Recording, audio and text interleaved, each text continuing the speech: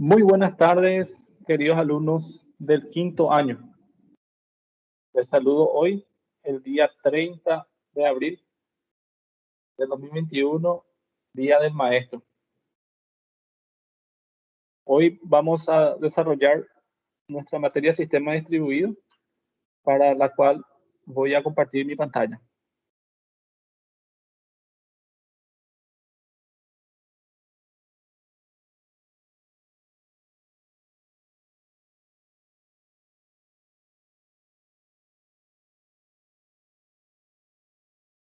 Muy bien. Entonces, ya con mi pantalla compartida, el día de hoy vamos a desarrollar la unidad Arquitectura de Sistemas Distribuidos. Para eso tenemos una presentación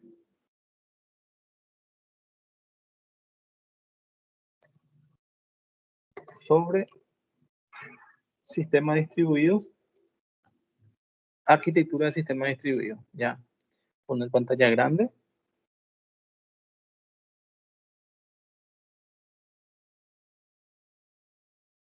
Bueno, entonces, en primer lugar,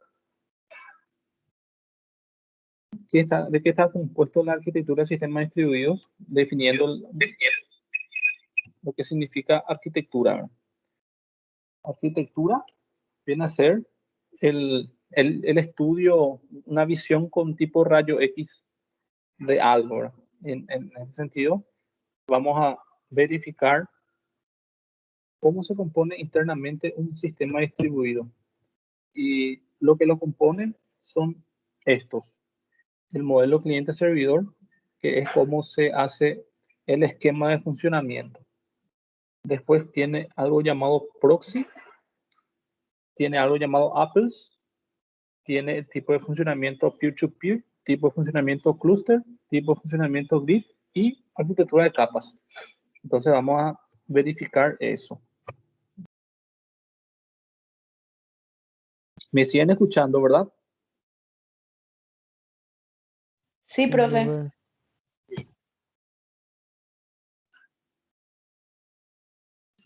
Entonces, vamos a definir primeramente qué es el modelo de cliente-servidor. Es una manera de hacer funcionar un sistema distribuido donde un cliente es el que hace el pedido y el servidor otorga.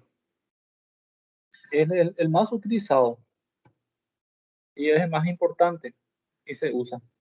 Tiene el rol, una computadora o un punto puede ser o cliente o servidor.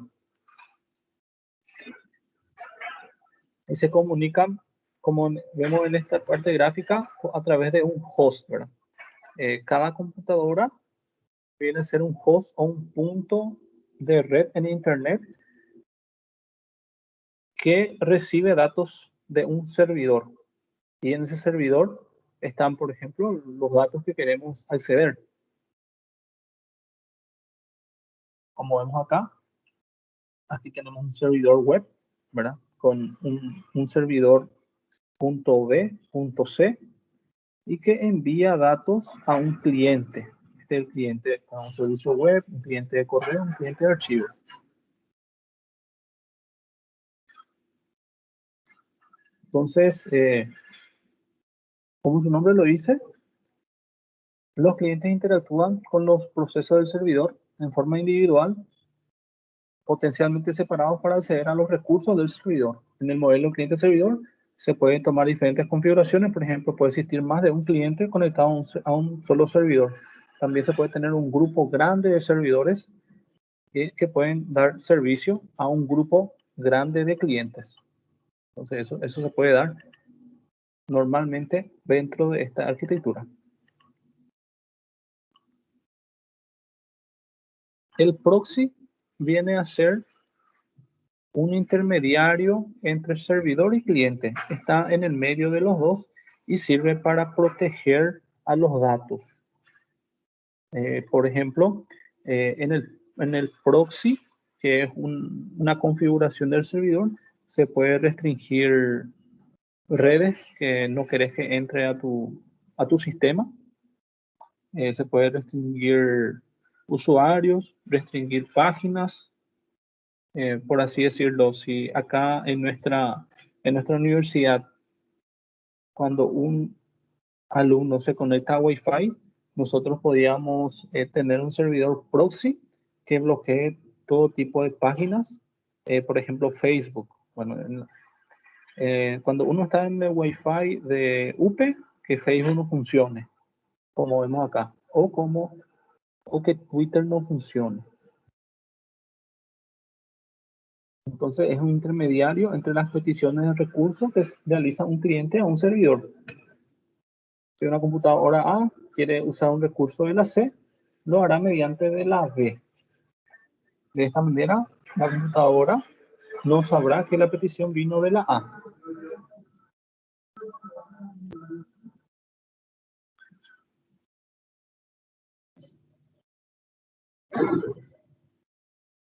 Y entre las cosas que hace Proxy, que trabaja fuertemente con seguridad informática, proporciona estos datos, ¿verdad? Suele aprovechar para soportar una serie de funcionalidades como permite el control de acceso, permite el registro de tráfico, prohíbe el tráfico también, lo que hace que mejore el rendimiento y permite mantener anonimato. Entonces, en ciertas situaciones, en sistemas distribuidos, se quiere esconder la ubicación del servidor. Y el proxy es lo que hace. Por ejemplo, cuando usamos Google o Facebook, nosotros recibimos nomás datos, pero no sabemos de dónde proviene. Intercepta la navegación de los clientes por páginas web por motivo de seguridad, rendimiento, anonimato, entre otros. Entonces, intermediario entre cliente y el servidor que está en Internet. El peer-to-peer es un tipo de comunicación que está basado en estrella. Significa que muchas computadoras pueden acceder a un servidor de forma instantánea, pero sin seguridad, sin proxy. Yo no sé si ustedes recordarán o ya han utilizado programas como Ares, como Emule, como Torrent, uTorrent para descargar lo que sea, música, juegos, películas. Y utiliza esta modalidad de servicio peer-to-peer, P2P, porque permite acceder directamente al servidor y descargar el archivo de forma más rápida y no pasa por ningún filtro. Y ahí es cuando estos proveedores de película o etcétera te mandan juntos virus. Entonces, el paradigma peer-to-peer fue un tema para muchos investigadores, principalmente en redes, sistemas distribuidos, teoría de la complejidad, base de datos y otros. El sistema P2P no requiere una infraestructura dedicada. Los servidores dedicados al cliente no existen, ya que cada peer o cada punto puede tomar papel tanto el servidor como cliente al mismo tiempo. Entonces, servidor basado en peer-to-peer dice que acá es cualquiera contra cualquiera, ¿verdad? Yo tengo un dato que quiero compartir por P2P y se va de forma directa, sin seguridad informática. Bueno, ¿por qué es importante también? ¿Y por qué se utiliza el sistema distribuido? Porque todos los recursos son proporcionados por los peers. Durante la distribución de un contenido, los peers aportan recursos para transmitir el contenido de los demás peers. Entonces, como estamos hablando de computación en clúster, un punto le puede ayudar en recurso a otro punto. Por tanto, cuando un nuevo peer se agrega al sistema P2P, cuando entra un nuevo integrante acá en esta red, la demanda se incrementa, pero la capacidad general también. Entonces se incrementa la capacidad de cada punto, cada computadora le potencia al servidor. Y hay una comunicación directa, bidireccional, de uno para el otro. Entonces, en este modelo peer-to-peer, yo soy este punto que está acá y estoy compartiendo con cualquiera de la red. Los nodos pueden compartir directamente recursos, pueden desplegar algoritmos distribuidos, escalamiento más fácil, ahorro de costos, flexibilidad, ningún punto único de falla, mayor robustez del sistema. Entonces, un informático, dependiendo de la utilización que le va a dar, puede configurar su sistema en peer-to-peer para sus usuarios. Entonces, como yo soy el vendedor del sistema y voy a liberar para todos los puntos de mis clientes que compraron mi sistema, entonces puedo hacerlo por peer-to-peer y ahorro muchos procesos y también ahorro el tema de costo, ¿verdad? Porque si voy a hacerlo al público y tengo miedo de que me hackeen, voy a tener que tener un servidor proxy para el tema de seguridad informática. Voy a tener que tener más memoria, más disco, más procesador. Pero si es algo que donde en un ambiente controlado para mí, entonces puedo hacerlo en peer-to-peer.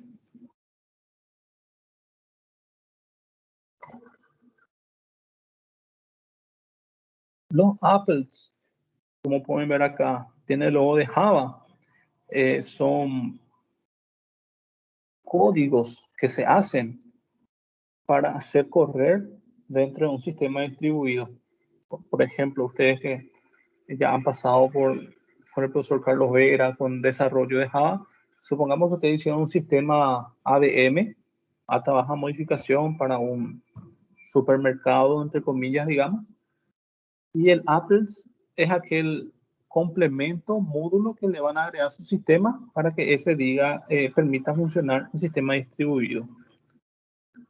Entonces, Apple es un código que se ejecuta dentro de otro programa, por ejemplo, que ustedes llegaron a hacer, o dentro de una web, y el código se descarga en el navegador y se ejecuta dentro del programa.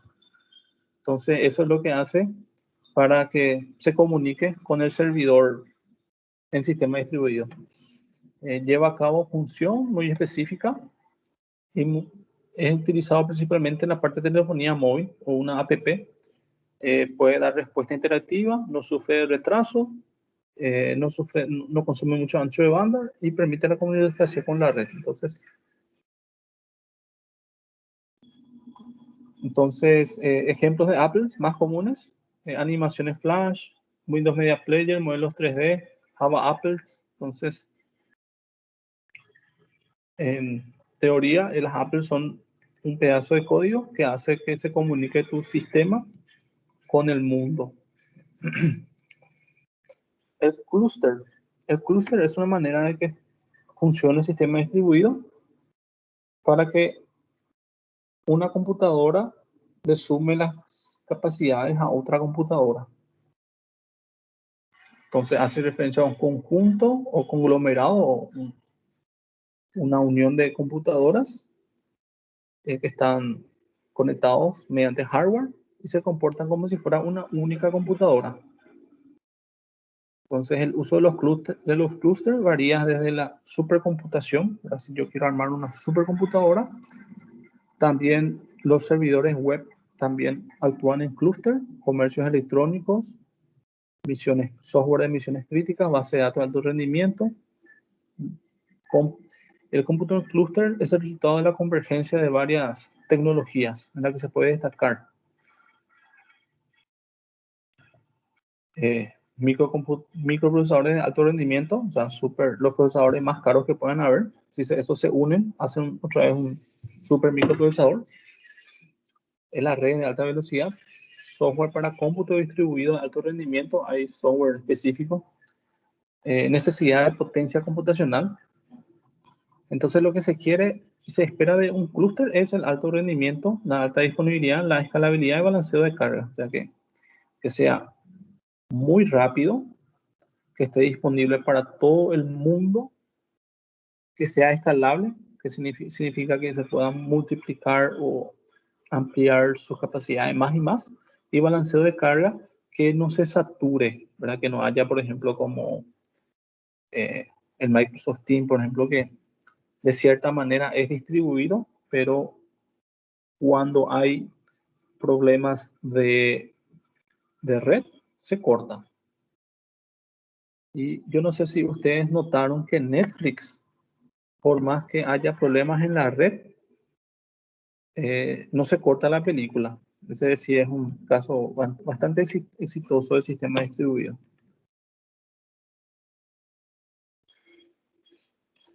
Bueno, hay tipos de clusters. Clúster homogéneo, semi-homogéneo y heterogéneo. Y ese depende de la configuración que uno le haga. Profe, permiso. Dime. Hay compañeros que quieren entrar. Ok, ya veo.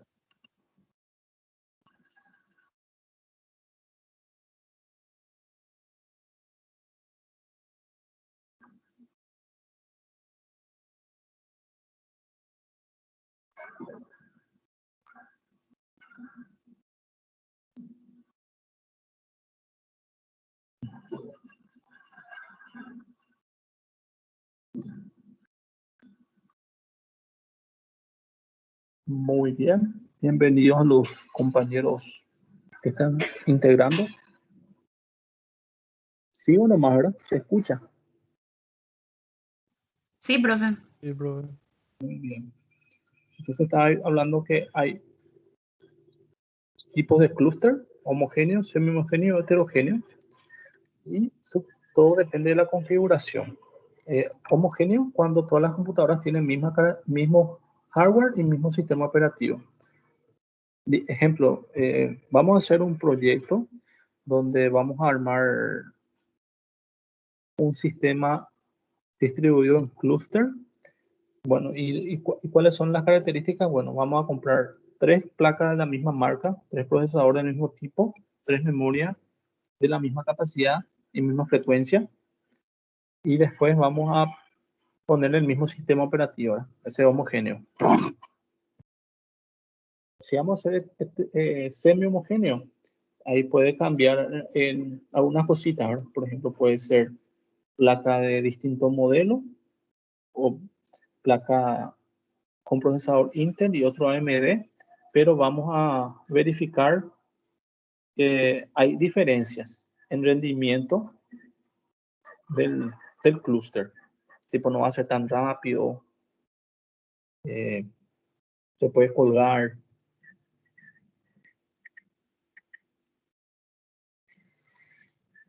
Y el clúster heterogéneo sí que es cuando todos son distintos. Tiene diferentes hardware y diferentes sistemas operativos. En el semi-homogéneo, por ejemplo, el sistema operativo tiene que ser igualito. Dice, tiene que guardar similitud con respecto a la arquitectura y sistema operativo. La forma de configurar y el sistema operativo tienen que ser totalmente iguales, por más que el hardware sea diferente en el semi-homogéneo. Pero en el heterogéneo puede ser diferentes hardware y diferentes sistemas operativos. Bueno, la manera de configurar un sistema distribuido en grilla o en grid es también medio parecida al clúster, frecuentemente utilizado para indicar una infraestructura de gestión de recursos distribuidos que se centra en acceso coordinado a recursos informáticos remotos, ¿no? Entonces, los recursos son conectados desde múltiples localizaciones para alcanzar una meta común. Y digamos que acá se centraliza más es de dónde obtener la información que se necesita en el sistema distribuido. A diferencia de clúster, que es en grupo, ¿verdad? Que las computadoras están interconectadas entre sí físicamente. El grid puede estar conectado entre sí, pero no físicamente, sino que a través de red, como si fuera que está en un mismo espacio físico, pero en realidad no. cómo funciona todos los servidores grandes, ¿no? Como Google, Facebook, Spotify, etc. Dice, a diferencia de clúster, puede ser heterogéneo, ¿verdad? Puede ser heterogéneo, puede estar compuesto de distinto hardware, distinto software y disperso por el mundo. Y el usuario no tiene que notar eso, tiene que tener su información al momento, igual nomás. Generalmente los grids son usados para variedad de propósitos, pero puede haber grids especializadas para cosas específicas. Beneficios de grid: explotación de recursos en infraestructura, capacidad de CPU en paralelo, recursos virtuales y organizacionales virtuales, ¿verdad? Para trabajar de forma remota, acceso a recursos adicionales, balanceo, fiabilidad, que no se cae, mejor gestión de infraestructura en sistema distribuido. Entonces, digamos que el clúster es como una red local, se hace así físicamente.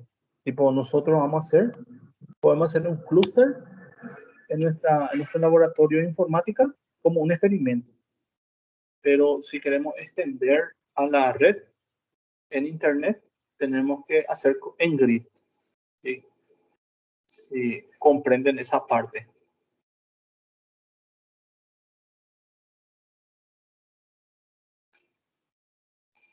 A ver, Gaby, ¿puedes leer este primer párrafo, por favor?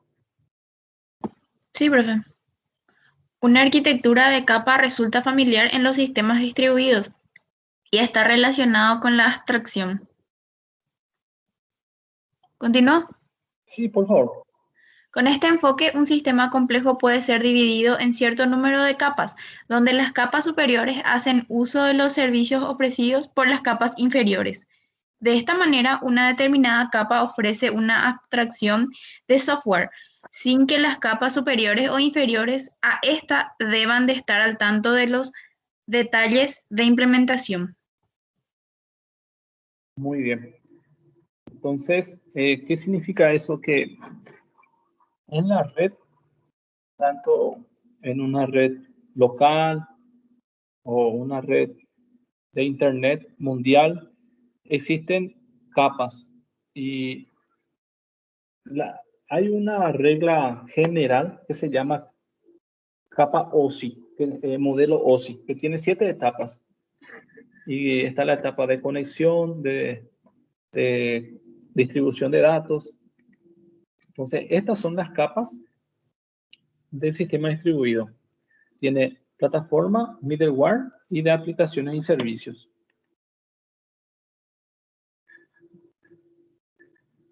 Entonces, las capas de bajo nivel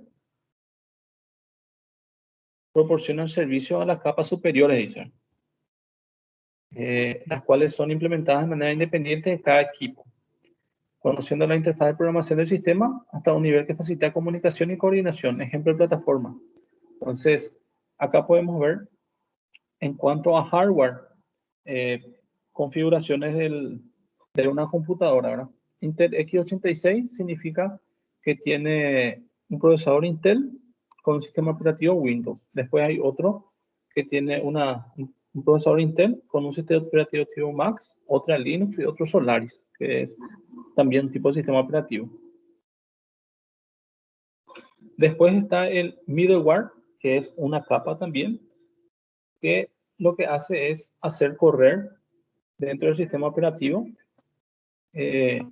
los complementos que hacen que se vea el sistema en un sistema general en Internet. Es un software que tiene función de enmascarar la heterogeneidad del sistema distribuido para proporcionar un modelo de programación a los programadores de aplicaciones. Por ejemplo, el Corva y el Java RMI. Sí o sí ustedes ya tuvieron experiencia con Java RMI. Cuando instalan Java mismo, les pide a veces instalar RMI, y esto es para que, por ejemplo, funcione en un sistema distribuido. Después la otra placa de aplicaciones son las prestaciones que ofrece el sistema a los usuarios. Entonces son 3 capas del sistema distribuido. Entonces acá podemos ver capa de presentación, de negocio e integración. En este gráfico se ve un diagrama de cómo el usuario solicita y el usuario ve la capa de presentación, donde ve la presentación del sistema, la parte gráfica, y por detrás están los componentes, componentes de acceso a la base de datos, las utilidades del sistema, y por detrás, por ejemplo, sería lo que les había hablado del JMI, el middleware, aquel complemento que se pone dentro del compilador, en este caso, por ejemplo, NetBeans, Java RMI, y que hace que se comunique con el servidor. Entonces, aquí terminó la presentación sobre la arquitectura de un sistema distribuido. Aquí yo preparé un material para poder complementar la clase de hoy, ¿verdad? Que se entiende por arquitectura de cliente-servidor. Y entonces, tipo, rápidamente yo por mis palabras le puedo decir, ¿verdad? Que es la manera en que un usuario solicita un pedido de, por ejemplo, acceder al sistema, a un sistema distribuido, y el servidor le responde dándole el acceso, proveyéndole de todo lo que el sistema puede otorgar o hacer. ¿Y cuáles son los elementos de la arquitectura? Bueno, son el modo de funcionamiento, que puede ser en grid, que puede ser en clúster, en grid. Las características del modelo cliente-servidor, las ventajas y desventajas que ofrece el modelo. Entonces, esta parte podemos ir potenciando el conocimiento leyendo un poquito. Y para incentivar a esta pequeña lectura, yo les dejé aquí un pequeño cuestionario que va a valer punto. Entonces, ustedes ingresan y es un juego de preguntas y respuestas. Después de haber leído este material, rápidamente, nomás así, ustedes entran aquí, van al pequeño play y comienzan a jugar. Y el resultado de sus aciertos me va a llegar a mí, yo voy a poder visualizar y les voy a puntuar y va a valer. Por ejemplo, en el modelo de cliente-servidor que está acá en el material, bueno, ¿qué permite el modelo de vista controlador? El modelo de vista controlador se ubica en la capa D, ¿verdad? Habíamos visto que hay capa de presentación, capa de datos, capa de negocio, ¿no? El modelo de vista controlador se encuentra en la capa de presentación. Bien, correcto. Subir el ranking. El tipo de arquitectura que se utiliza como intermediario entre el usuario y el servidor con la finalidad de proteger la información. ¿Cuál era? Grid, cluster, grid servidor, no. Era el proxy. Correcto. Entonces, así van a ir jugando, se divierten de paso y ganan un puntito en la materia.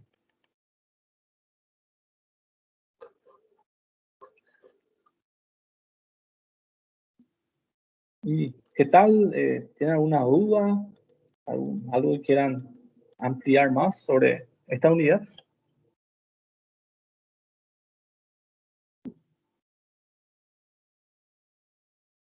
No, profe, tranquilo, va. Bueno, entonces, excelente. Ya saben que pueden contar conmigo para cualquier cosa. Voy a estar pendiente aquí en la plataforma y también en el celular, cualquier duda que tengan, ¿ok? Dale, profe. Ok, profe. Bueno, buen fin de semana para todos y Dale. nos vemos la próxima clase. Igualmente para profe. Gracias, profe. Chao, chao. Igualmente. Que pase Dale, bien tu profe. día, profe. Chau, chau. Gracias, mi amor. Un abrazo.